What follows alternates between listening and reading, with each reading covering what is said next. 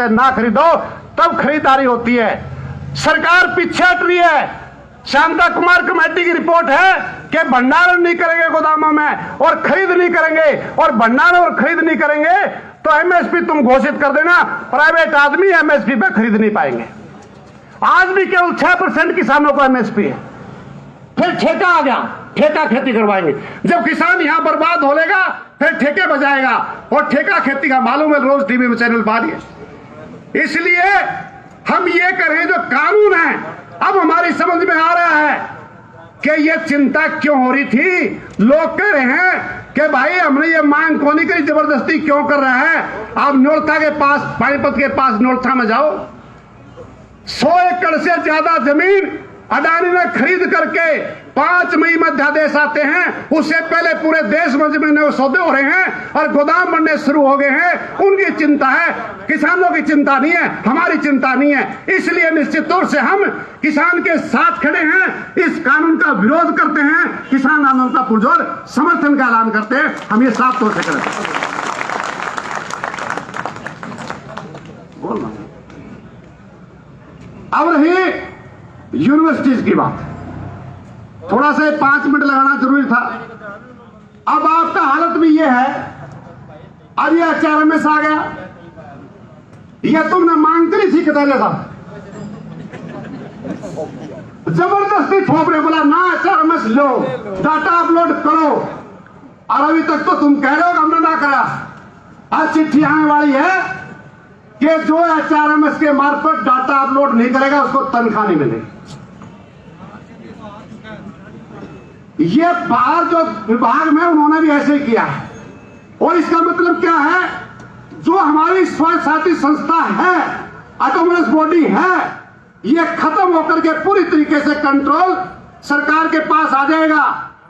अब तो GPF 20 minute में जारी करवा देते हो, मेडिकल एडवांस 8 घंटे में जारी करा देते हो, उसके बाद जारी नहीं होगा। फिर तो चंडीगढ़ में बटन दबेगा, रणधीर कटारिया सिरसा में नौकरी करेगा, कुरुक्षेत्र में करेगा।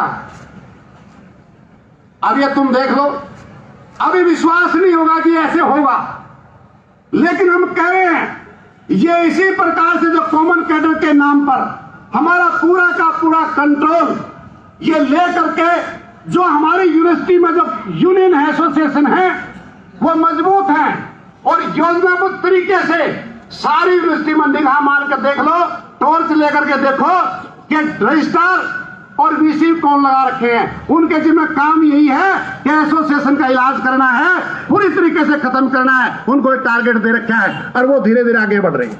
और आज भी आप देखोगे हमारे सिरसा के अंदर यूनियन के कार्यालय का ताला लगा दिया, जैसे तुम्हारा है ना, ऐसे ताला लगा दिया। कुरुक्षेत्र यूनिवर्सिटी में है, तनख्वाहें काट दी, और हमने फालतू काम भी कर लिया लेकिन तनख्वाह नहीं देंगे।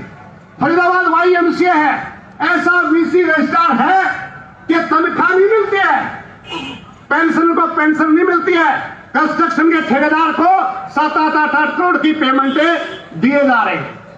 जब हम कर्मचारी हमारा विरोध करता है, नेतृत्व तो विरोध करता है, तो उसके खिलाफ अंडर रूल 7 की चार्जशीट देकर के टर्मिनेशन की तैयारी कर देते हैं। इसलिए हम कहना चाहते हैं कि ये जो आपकी मांगे हैं, HRMS के ऊपर पूरी ताकत लगाओ, सारी यूनिवर्सिटी इकट्ठी हो जाओ कि हम किसी भी कीमत पर इसको लागू नहीं होने देंगे। इसलिए ये उसके बाद है दूसरी मांगे हमारी, ये यहाँ आजादी रहेगी, स्वशासी संस्था हमारी रहेगी, ऑटोनोमस बॉडी रहेगी, तो एडमिनिस्ट्रेटिव कंट्रोल सारा का सारा हमारे पास रहेगा। अगर ये चला गया तो उसके बाद लड़ाई लड़ते रहना कोई फायदा होने वाला नहीं। ये लड़ाई है।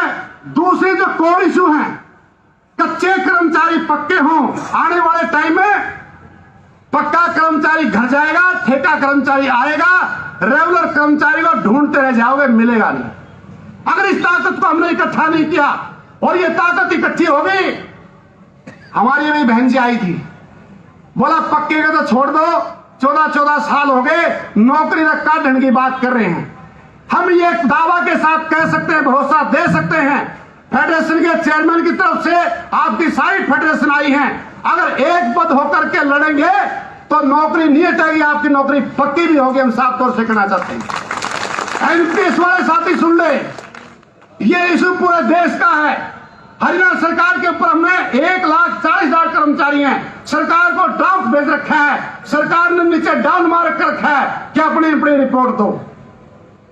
हमने खट्टर साहब को बोला था कि तुम कह रहे हो कि हमने आड़ती जो थे बिचौलिए खत्म कर दिए, इन ठेकेदार ये बिचौलिए नहीं है क्या? ये तुम्हारे क्या लगते हैं? इनको बाहर क्यों नहीं करते? एक देश एक टैक्स, एक देश में एक टैक्स हो सकता है, तो एक देश में 2 प्रकार की पेंशन क्यों है? वो पुरानी पेंशन बहाली क्यों नहीं होती? इस बात का जवाब सरकार क्यों नहीं देती? इसलिए भाई प्री मैच्योर रिटायरमेंट की चिट्ठी आ गई है। हम तो कुछ और मांग रहे थे, ये इलाज हमारा पुख्ता कर रहे हैं। 50 साल के बाद में उसकी सेवा एक्सटेंशन कब मिलेगी? पूरी समीक्षा होगी और गुड और वेरी गुड एसीआर होंगी। एडवर्स रिमार्क्स एसीआर में नहीं होगा तो होगा, अदरवाइज नहीं होगी। 25 साल की सर्विस के बाद होगी। 55 के बाद में 3 साल की जो एक्सटेंशन है या 5 साल की है वो नहीं मिलेगी। और यहां तक कि मैं आज क्या करके जा रहा हूं, आप याद करना, एनुअल इंक्रीमेंट भी रूटीन में नहीं मिलेगी, उसकी भी समीक्षा होगी। ये हमारा इलाज करना चाहते हैं, हमारा इलाज करना चाहते हैं। 240 दिन की जो लीव इनकैशमेंट है उसको बंद करने जा रहे हैं। वो कहते हैं सेविंग सिस्टम नहीं है कि आप नौकरी पे हो तो आप ये छुट्टी बचत कर लो और रिटायरमेंट में तनख्वाह नगद लेकर के जाओ। जिसको सेवा में है छुट्टी लो, अदरवाइज बंद करो इसको।